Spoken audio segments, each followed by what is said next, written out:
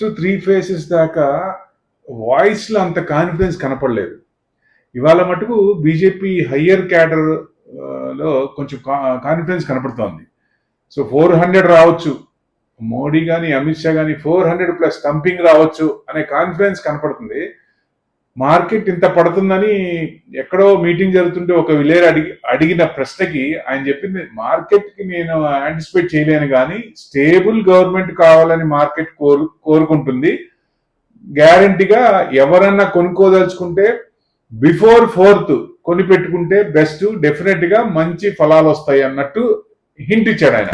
అప్పుడు యాక్చువల్గా మైనస్ లో ఉంది మార్కెట్ ఆయన మాట్లాడేటప్పుడు. అక్కడి నుంచి దాదాపుగా 1 to 130 ఆ టైంలో నుంచి రికవర్ తీసుకుంది, కంటిన్యూస్ గా మార్కెట్ ప్లస్కి వచ్చింది. సో అంటే పాలసీస్ కొన్ని మార్చుకోవాలి, ఈజ్ ఆఫ్ డూయింగ్ బిజినెస్ బాగా చేయాలి. అంటే కొన్ని పాయింట్స్ జిఎస్టీలో కూడా ఆయిల్, ఎలక్ట్రిసిటీ, ఆల్కహాల్ ఇవి కూడా తెస్తా అన్నారు.